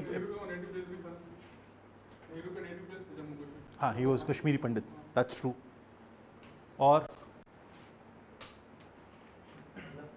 बाकी जगह पे सिर्फ किंग के साथ नेगोशिएशन था, जम्मू एंड कश्मीर में किंग और शेख अब्दुल्ला का जो फैक्शन था दोनों था, और उन्होंने कॉन्स्टिट्यूशन असेंबली का डिमांड किया था। 35 उन्होंने बाद में डिमांड किया, उन्होंने सिर्फ कॉन्स्टिट्यूशन। वो जो UN का जो हुआ था सर, तो उसमें बताया गया था कि बायलैटरल इशू सॉल्व होगा, तो they were not ready to talk with each other at that time. तो इसके लिए सर उसको थोड़े दिनों के लिए रखा गया था, पर वो बहुत ज़्यादा एक्सटेंड हो गया बाद में। initially what constitutionally 370 was a temporary provision, that's true, but still question what I want to ask is कि 562 प्रिंसली स्टेट्स थे, है ना, रफली सबके साथ एक कंप्लीट मर्जर होता है, चाहे जूनागढ़ हो, चाहे मिलिट्री एक्शन, किसी भी एक्शन के थ्रू कंप्लीट मर्जर हुआ। मणिपुर के साथ भी पहले इंस्ट्रूमेंट ऑफ एक्सेशन साइन होता है, फिर सॉरी मिजोरम के साथ, और वो भी बाद में आके कंप्लीट मर्जर। यहाँ कंप्लीट मर्जर की बात क्यों नहीं है? मतलब जो पाकिस्तान, मतलब जो अपना कंट्री डिवाइड हुआ था, तो वो रिलीजन के बेस पर डिवाइड हुआ था। तो वो कश्मीर में मुस्लिम पॉपुलेशन ज़्यादा है, तो पाकिस्तान बोल रहा था कि ये हमको चाहिए, मतलब पर India was not ready to give it. So it was, मतलब ये बाद में डिसाइड करते हैं ऐसा, तो इसके लिए बहुत भी हुआ था। नहीं, 47 वी हैड ऑब्वियसली, जैसे ही कश्मीर राजा हरि सिंह जो है वो इंस्ट्रूमेंट ऑफ एक्सेशन साइन करते हैं, Kashmir became part of India, and that attack on Kashmir became attack on India. We had a conventional war with Pakistan in 1947। हमने उन्हें पीछे धकेला, वो तो श्रीनगर तक आ गए थे, वो मुजफ्फराबाद तक पहुंचे, और उधर UN ने बोला सीज फायर, LOC बन गई। वेल और कुछ किसी को कहना है? सोचो, मतलब कभी ऐसा दिमाग में नहीं आया सवाल कि इसी के साथ ऐसा खेल क्यों किया?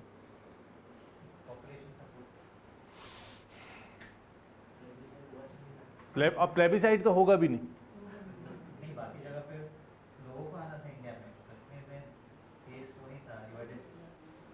Yes, this is one of the major reason कि बाकी जगह आप देखेंगे, चाहे हैदराबाद में जो हुआ या जूनागढ़ में जो हुआ या जोधपुर में जो हुआ, the popular vote there was go with India.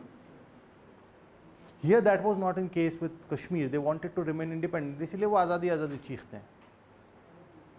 लेकिन जब से उनका मोटिव चेंज हो गया, आज़ादी से पाकिस्तान प्रो पाकिस्तान हो गए ना, वो उनका डाउनफॉल वहाँ से आया। सी देयर इज अ डिफरेंस। आप आज़ादी मांग रहे हो कि पाकिस्तान की गुलामी मांग रहे हो? वो आज़ादी आज़ादी चीख रहे थे, उनसे कहा गया था, दैट वाज प्रॉमिस्ड कि ये मिलिट्री एक्शन जैसे ही ओवर होगा। अब मिलिट्री एक्शन ओवर हुआ ही नहीं है, आज तक नहीं हुआ है। क्यों? स्टेटस को है ना। अभी तो स्टेटस को का मतलब था अभी रुक जाओ, हम डिसाइड करते हैं। तो अभी वो रुकने के बाद डिसीजन आया ही नहीं। Fine. So the reason what I feel is yes, population का एक वो था, मतलब अब ये भी हो सकता है कि एनी हाउ अब India wanted a buffer state between India, China and Pakistan, क्योंकि चाइना तब उतना बड़ा थ्रेट नहीं था, लेकिन फिर भी एक बफर स्टेट जनरेट हो जाता तो थोड़ा सा उनको लग रहा था कि न्यूट्रलाइज। और दूसरी चीज़, अगर आप ब्रिटिश ऑथर्स को पढ़ेंगे तो ये तो जवाहर टनल तो बाद में बनी है ना।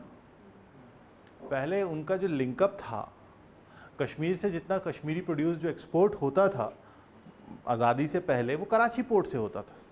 कांडला तो बाद में बना, इधर से भी नहीं होता था, कराची पोर्ट से होता था, क्योंकि ज्योग्राफिकली वो लिंकअप थे। बीच में तो यहाँ तो ये जवाहर टनल और रोहतांग पास, ये तो सब बाद में बने, तो ज्योग्राफिकली वो उधर लिंकअप थे, तो उनको एक वो था।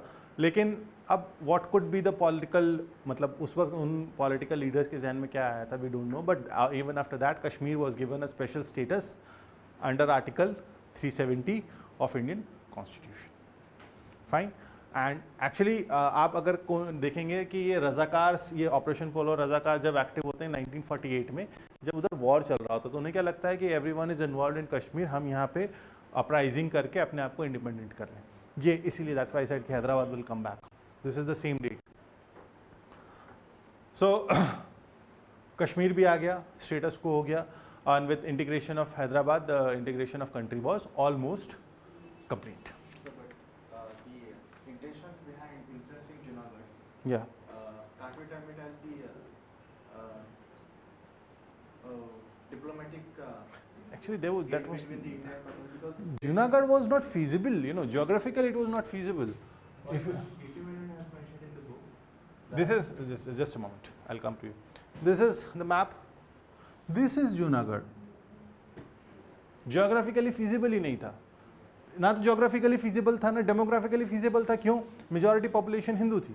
but had it been the case, हाँ. if Junagadh had decided to go with the Pakistan, the only intention Jinnah had was India to come into the diplomatic where India would point that majority of the population of the Junagadh is Hindu. That is why it must stay with the India. At the same point, they would have counter-attacked with the same, the majority of population of J&K is Muslim. So ideally it should go to Jammu and Kashmir. That was- So the intention was with Jammu and Kashmir. Junagadh was the mayor for there. Yeah, but Junagadh was taken up by reason. देखो कश्मीर इतना problematic क्यों बन गया? जो डर जोधपुर के साथ था ना, डर था ना जोधपुर के साथ कि डायरेक्ट बाउंड्री है, अगर इसे सॉर्ट आउट नहीं किया तो विल फेस बिगर प्रॉब्लम्स। अगर कल को जोधपुर के साथ भी कॉन्फ्लिक्ट होता तो राजस्थान भी कॉन्फ्लिक्ट में चला जाता। The major reason why Kashmir become a major a huge conflict, and I believe in modern world there is no bigger conflict than this. This is the longest ever issue. For past 72 years we are fighting for one piece of land, and that those people are fighting for their own identity. We should say that कि they should have been asked. ठीक है, article 370 का abrogation होता है, I agree, but people of Kashmir should have a say in that. This is my personal opinion. अब government की policies हैं, we cannot.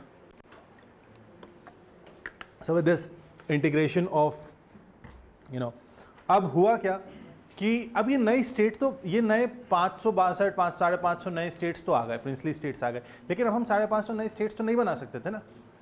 तो हमने क्या किया, new states were formed immediately after independence, नया रिकग्निशन मिला। Like 5 states were formed. Rajasthan, what we termed as PEPSU, that is Punjab and East Patiala States Union, Madhya Bharat, Travancore and Cochin, and Saurashtra. तो ये नए states बनते हैं आज़ादी के immediately बाद। क्यों? कि हर किसी को अलग आइडेंटिटी नहीं दे सकते थे ना, तो जैसे Punjab and Patiala and east Punjab states union, Saurashtra तो उसमें जूनागढ़, सौराष्ट्र छोटे मोटे स्टेट्स आए, मध्य भारत, सेंट्रल प्रोविंस को और इंटीग्रेट किया गया। त्रावणकोर कोचीन, त्रावणकोर ने अपने आप को एक अलग इंडिपेंडेंट पहले डिक्लेयर कर दिया था। So in this manner Rajasthan, क्योंकि जोधपुर, जैसलमेर, बीकानेर ये अलग हो रहे थे। So what happened is in this part अभी भी दो चीज़ें बचती थी, one was Pondicherry, another was Goa. अगर हम complete, if we say complete integration of India, तो ये तो ब्रिटिश जो गए उससे हुआ। Then we had Pondicherry and Goa, where Pondicherry was a French occupancy and Goa was a Portuguese occupancy. Pondicherry was integrated in 1954. French easily चलेगा, उन्होंने कोई ज़्यादा तमाशा। पोर्चुगीज़ ने थोड़ा सा किया, थोड़ा बहुत गोवा में एक्शन होता है। And in 1961 in 1961 political integration of Goa भी हो जाता है। तो by 1961 what India is today, अभी सिक्किम थोड़ा सा बचा हुआ है, सिक्किम बचा हुआ है अभी, लेकिन एक broader integration, Sikkim is a very small part, but a broader integration of India was completed by 1961। Fine, इतना समझ में आया? कोई डाउट? एनीथिंग जो समझ में नहीं आया? क्वेश्चन कैसे आएगा इस पार्ट से? देखो, integration of India is a bigger part, you have to understand that, क्योंकि वो this post independent consolidation they have already mentioned, और ऑल इस साल 370 एब्रोगेट हुआ है। What I am expecting is a question on this. Be diplomatically correct, ये मत करना कि वन साइडेड होके मत लिखना। Constitution be, rather than diplomatically be constitutionally correct. I'll after we'll complete, I'll come up with questions, मतलब जब पूरा हम कर लेंगे कल के बाद, I'll forward some questions. Fine. इतना क्लियर हुआ? क्या टाइम हो गया? हाँ? So I'll take till 1 and then we'll have a break. After 1 you at 1 you have a break ना? अच्छा, अब ये तो बात हुई देश को एक करने की। हाँ, there could be a number of reasons. Everyone has its own theory. Sheikh Abdullah को जब कश्मीर इंटीग्रेट होता है तो वही वो राज प्रमुख उन्हें बनाया जाता है, शेख अब्दुल्ला को प्राइम मिनिस्टर बनाया जाता है, कॉन्स्टिट्यूएंट असेंबली की बात होती है, they have their separate flag, everything was there. अब इसमें what I believe the strategic position of Kashmir, अब some people say that Nehru wanted a separate country which is free from India but where they can rule, where can they go for vacation. Now, there are n number of theories. But still this question is more, उस वक्त के लोग ज़्यादा अच्छे से जवाब दे पाएंगे कि ये क्यों किया गया, मतलब इसके पीछे इंटेंशन क्या था, वो तो हमें दिख रहा है, ठीक है, कि कश्मीर आधा उधर था आधा इधर था, पॉलिटिकली फिजिबल नहीं हो रहा था पूरा कश्मीर, हमने उसे इंडियन ऑक्यूपाइड कश्मीर कहा, हम कुछ पार्ट में हमने इंटीग्रेट किया। लेकिन अब can anyone tell me what is the difference now after abrogation of article 370? What is the situation, or what difference that has made?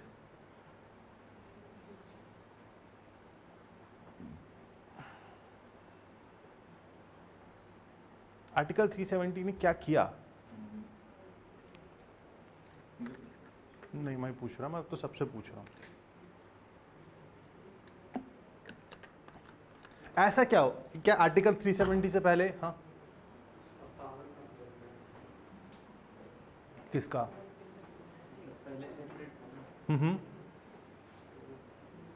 Separate कहाँ था, वो तो इंडिया का पार्ट था ना, हम तो चीखते आए that Kashmir is an integral part of India.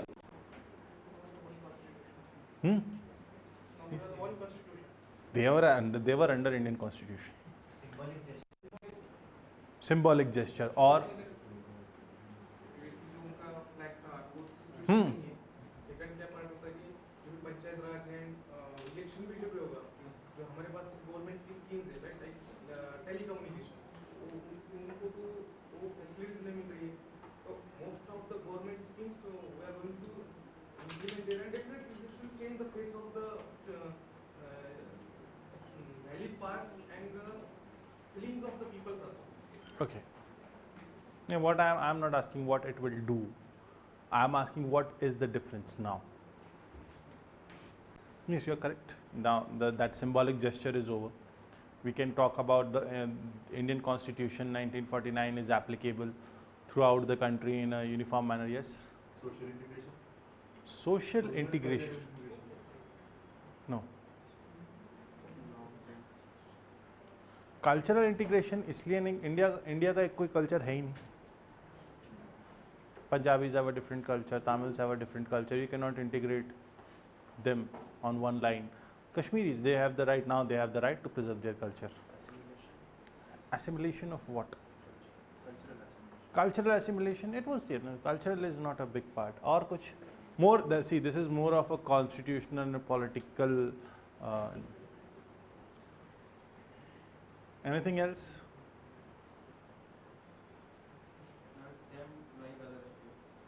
Now it is same like other states. Yes, that's true. Now there is no difference. क्योंकि इससे पहले जो भी एक्ट और आर्टिकल्स आते थे ना, उसमें लिखा होता था this act will be applicable through out the territory of India except for the state of Jammu and Kashmir. Unless and until it is ratified by its assembly, it will never come. It will not applicable in J&K. तो अब ये चीज़ लिखी भी नहीं आएगी किसी भी act में, because now first it will become a union territory, and as promised that it will later on when the situations get normal, means situations are abnormal. I'm not saying what they are saying, I'm saying. So when when things will get normal, it will again gain its complete statehood. So now after 31st October 2019, there will be how many states with legislative assembly? How many UTs with legislative assembly? I'm sorry. 3. That is what I asked. Na? This is how UPSC will trick you. Delhi, Pondicherry, and now there will be J&K. After 31st, there will be 31st October is the date. After that, see, this is how. एक चीज़ हमेशा याद रखना, UPSC की पहली trick ये है, read the question twice. कम से कम 2 बार पढ़ना है, उसके बाद come to the answers. अभी मैंने पूछा how many UTs, उसी पे जवाब दे दिया, ये नहीं सुना with legislative assembly. So how many UTs will be there? And states will reduce by 1. है ना? State will reduce by 1. But how many UTs with legislative assembly? 3. Delhi, Pondicherry, and now Jammu and Kashmir. अब ये तो बात हुई political integration की. अभी तो अब तक हमने देखा कि देश एक हुआ, पॉलिटिकली एक बाउंड्री के अंदर कैसे आया. अब बड़े चैलेंजेस नाउ यहाँ के इस पॉइंट के आगे से जो हम इंडिया आफ्टर इंडिपेंडेंस या पोस्ट इंडिपेंडेंस हिस्ट्री पढ़ेंगे, वो हम गवर्नमेंट्स के या प्राइम मिनिस्टर्स के एक्शंस के बेसिस पे पढ़ेंगे. Like first will come with Nehruvian era, then Shastri ji का पीरियड बहुत छोटा सा है, इंदिरा गांधी का एरा बहुत बड़ा है, and then Rajiv Gandhi. Post 1990 के बहुत लिमिटेड टॉपिक्स हैं that I will tell you.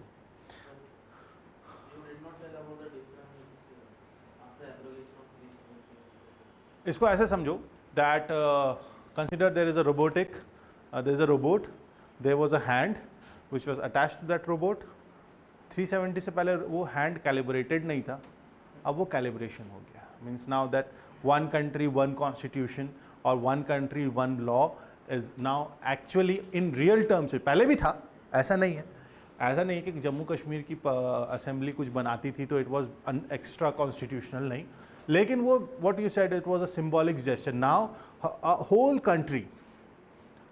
Country is under one law. वही मैंने बताया ना कि पहले जो एक्ट आता था उस पर लिखा होता था that this act will be applicable through out the territory of India except for the state of Jammu and Kashmir.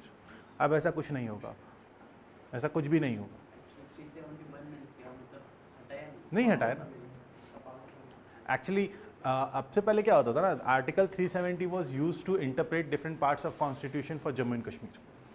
This is the first time that article 370 is use to interpret article 370 itself. You getting the difference? इससे पहले 370 का use हो रहा था बाकी constitution को J&K के context में इंटरप्रेट करने के लिए, लेकिन अब 370 का यूज पहली बार हुआ. वो clause 3 that by the power vested in the president and by a presidential order this was abrogated. But that doesn't mean that article 370 is deleted from the constitution. It is only certain clauses have been abrogated. Fine, आगे बढ़े। तो ये तो एक political integration की बात होती है। अब हम आते हैं कि अब देश कैसे बनेगा। अब वो स्ट्रक्चर बॉडी डिफाइन कर ली हमने कि कश्मीर इधर, कन्याकुमारी इधर, सौराष्ट्र इधर, असम, सब डिसाइड हो गया। लेकिन अब सवाल होता है कि नेहरू जी जब आते हैं कि सबसे इंपॉर्टेंट क्या था, early challenges. What were the early challenges? Number 1 was holding the election and strengthening of democracy. सबसे पहली चीज, holding the election and strengthening of democracy.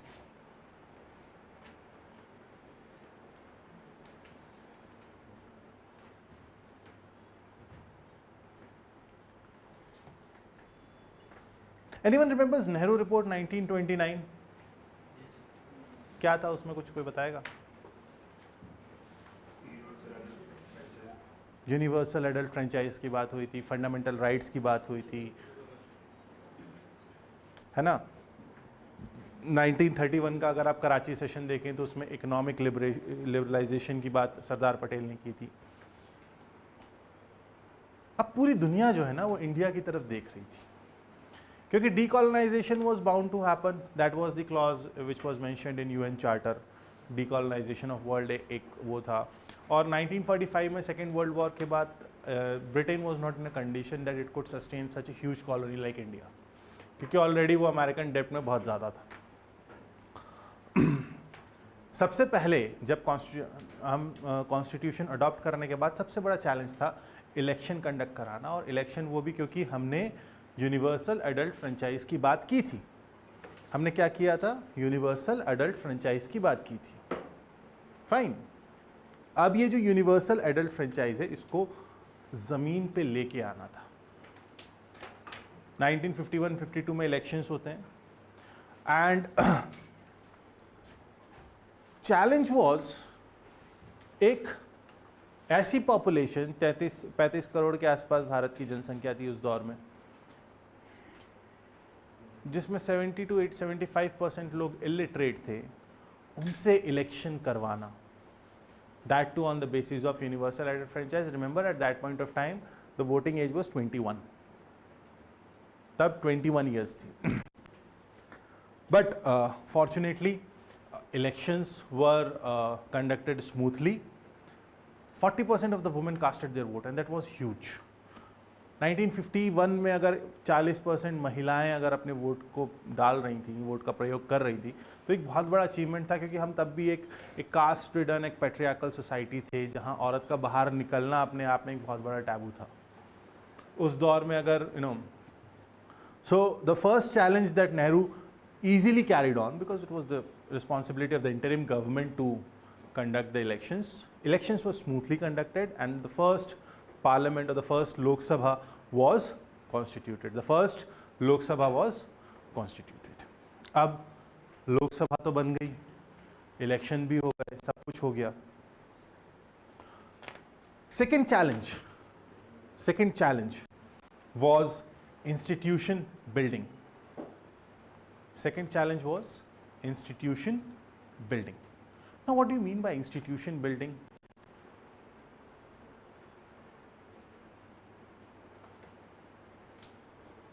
To deliver government work and government we need the infrastructure those can serve people. Here, institutions means institutions of democracy.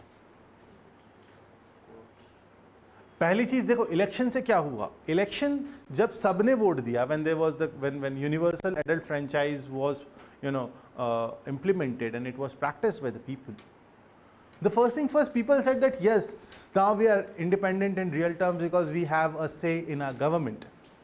लेकिन अभी भी क्योंकि भगत सिंह जैसे, सरदार भगत सिंह जैसे लोग थे जिनकी आइडियोलॉजी, उन्होंने बड़े आउटराइटली और रूड ब्लंट स्टेटमेंट्स दिए थे। उन्होंने कहा था कि यही चलता रहा तो जुल्म का अंदाज बदलेगा, या उन्होंने कहा था कि गोरे साहब चले जाएंगे, काले साहब आ जाएंगे, बाकी कुछ नहीं बदलेगा।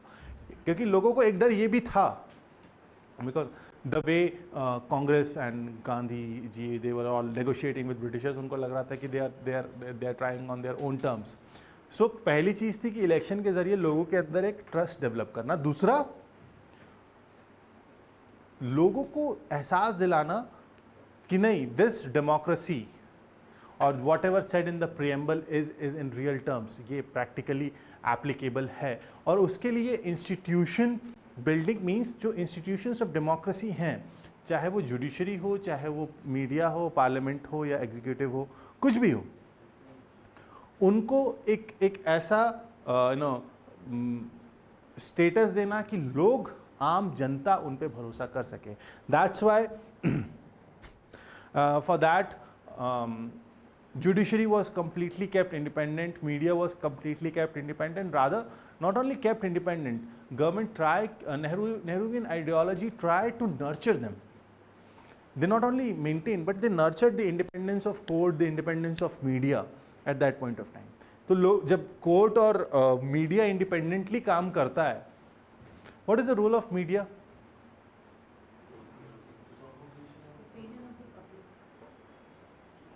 Opinion of the public, or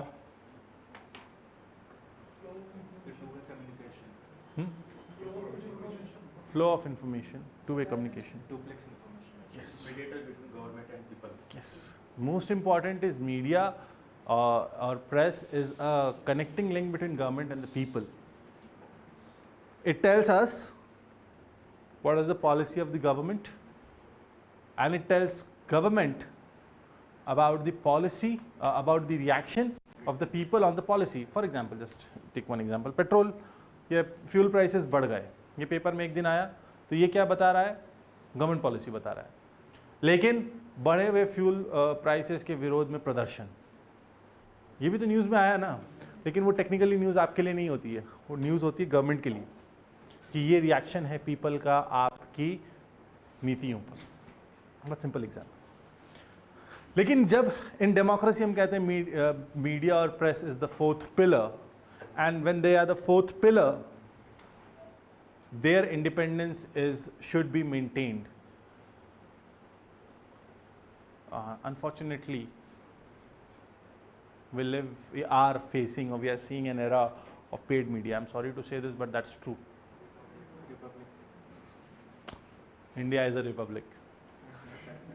Maybe I'm not naming any individual or any organization, but yes, that's true that today we live in an era where news items are being manipulated and served.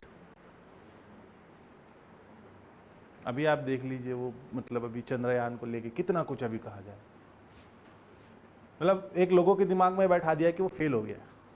ये कोई नहीं कह रहा है that orbiter which was the major part. This was an experiment. What happened last night was an experimental part. It was not a major mission. A major mission was to put an orbiter in the orbit of moon, and that is successfully working, and that will work for more than 1 year.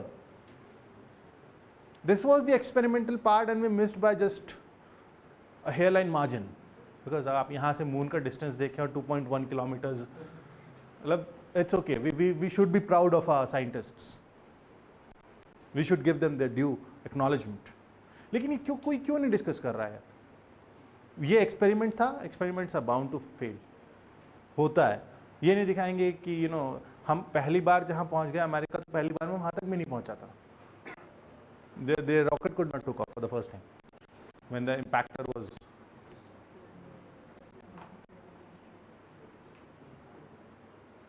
So we are seeing this, and that's, और ये India में नहीं हो रहा है, ये पूरी दुनिया में हो रहा है। And the bigger part, because now पहले सिर्फ प्रेस था और रेडियो था, फिर टेलीविजन आया, और now we have the giant monster called social media. Why I call that a giant monster?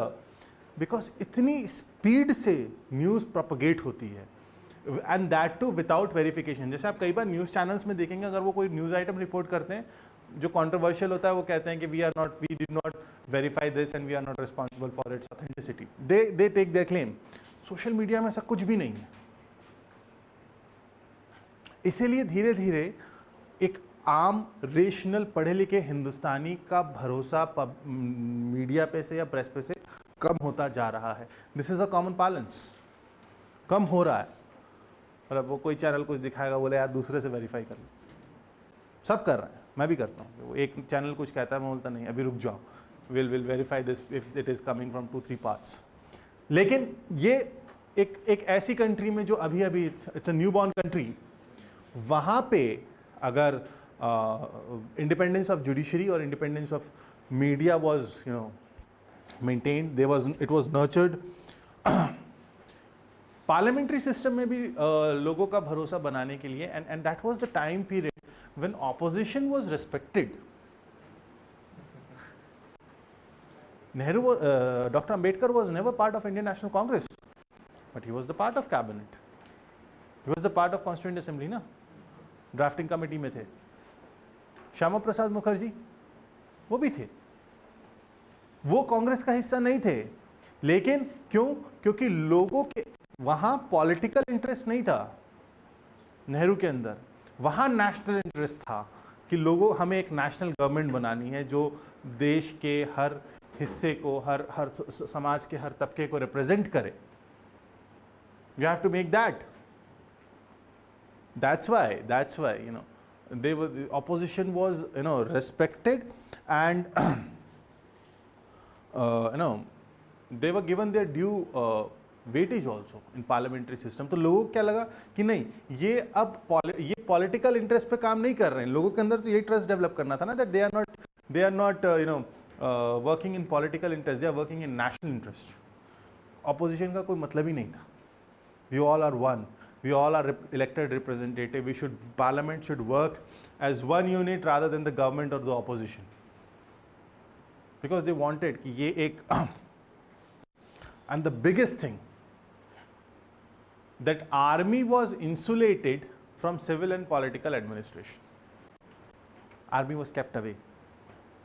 उन्होंने कहा कि सिविल और पॉलिटिकल एडमिनिस्ट्रेशन में आपका कोई रोल नहीं, उनको बिल्कुल अलग रखा गया।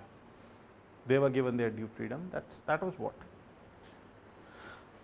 Now come the bigger question कि एक सवाल उठा कि ये सारे इंस्टीट्यूशंस तो बिल्डअप हो रहे हैं, इन सारे इंस्टीट्यूशंस को हम नर्चर भी कर रहे हैं। What about what you want to become? ICS। सवाल उठा कि क्या इसे, because it was a colonial practice, so सवाल उठा कि क्या इसे कंटिन्यू करना चाहिए, या Pandit Nehru was in a favour कि अब हम इसे डिसकंटिन्यू करके हम एक नया फॉर्म ऑफ एडमिनिस्ट्रेशन लेके आते हैं, विच इज, क्योंकि उनका कहना था that this ICS is neither Indian not civil not service, because it was more of imperial in nature. That हमने स्टार्टिंग में पढ़ा, that bureaucracy was limited only to the elite class. लेकिन Sardar Patel, because he was deputy prime minister, Sardar Patel ने कहा कि नहीं, हम इनके बगैर काम नहीं कर पाएंगे। क्यों? क्योंकि इनको पता है कि वो जो ऊपर से ऑर्डर आता था उसे नीचे तक इम्प्लीमेंट कैसे करा जाता है। दे वर knowing, and there the conflict between Nehru and Patel on whether it should be ICS should be continued or not। Later on it was finally decided कि ICS का नाम बदल देते हैं और इसे ये बना देते हैं IAS, that is Indian Administrative Services। और लेकिन प्रॉब्लम हुई,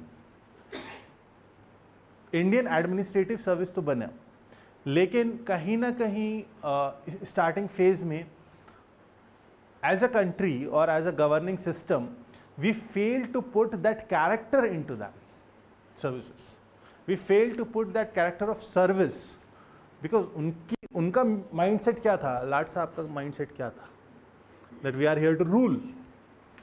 ICS का माइंडसेट तो वही था ना, तो उस रूल को सर्व में कन्वर्ट कर नहीं कर पाए, पहली चीज। दूसरी चीज, no one can deny this that yes there is an political administrative nexus, that is always in force. वो तब भी था, हम तब एक्चुअली तब हम उसको, जहां हमें वो IAS को कैरेक्टर बिल्डिंग देना था, जहां हमें उसे पॉलिटिकली इम्यून करके एक एडमिनिस्ट्रेटिव फंक्शनरी बनाना था, हम वो नहीं कर पाए। That is where somewhere Nehru failed. What's the time? Okay. Just one more point and then we'll take the break. Next challenge was to develop India in the field of science and technology. Nehru को ये पता था, नेहरू ने क्या कहा, that these factories will be temples of modern India. कहा था ना, क्योंकि उनका मानना था कि जो कंट्री साइंस और टेक्नोलॉजी में एडवांसमेंट शो करती है वही कहीं ना कहीं आगे बढ़ पाएगी, क्योंकि इंडिया वॉज द पहले ही इलेक्शन के बाद India became the largest democracy in the world on the basis of its vote share, vote base. हर कोई हिंदुस्तान को देख रहा था, क्योंकि मेजॉरिटी जो कंट्रीज डीकॉलोनाइजेशन 1945 के बाद जितनी डीकॉलोनाइज कंट्रीज हुई वो हर कोई कहीं ना कहीं फेलियर की तरफ जा रहा था. नेहरू ने कहा नहीं, अगर हम साइंस एंड टेक्नोलॉजी को प्रॉपरली यूज़ करेंगे then we can develop as a nation, we can develop as a country. He had a dream of, alleviating poverty using science and tech. How it can be done?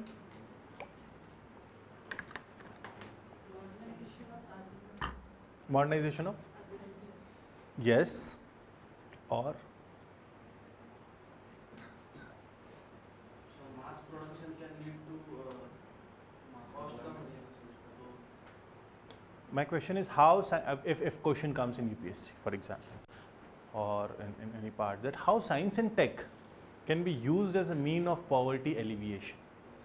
So science and tech can lead to innovations in the field of machinery. Okay. This can lead to But increasing machinery is capital intensive, it is not labor intensive. I am giving my argument. Leveraging resources. How? Normally farming करो, लोगों को मतलब initially we are not farming sufficient, revolution आता है innovation, we become agriculturally. Yes, yes.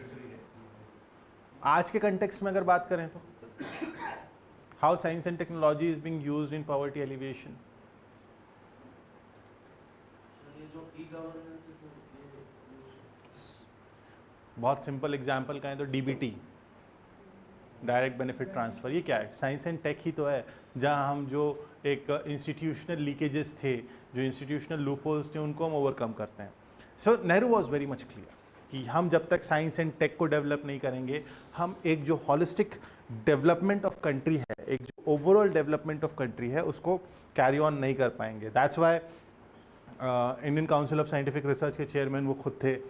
IITs बने उस दौर में, IIMs बने. आप देखेंगे सेकेंड 5 ईयर प्लान की अगर आप बात करोगे तो it was totally focused on industries, steel plants, dams, ये सारी चीज़ें, ये टेक्नोलॉजिकल एडवांसमेंट. उसी दौर में आप एटॉमिक रिसर्च की बात करते हैं. 1956 में हमने अपना न्यूक्लियर रिएक्टर शुरू कर दिया था ट्रॉम्बे में. No, see these are all evidences that yes, science and technology was developing, and that was one of the major priority of Pandit Nehru as a prime minister. Fine. I'll stop here क्योंकि इसका एक बहुत लंबा topic है which is social challenges. Fine.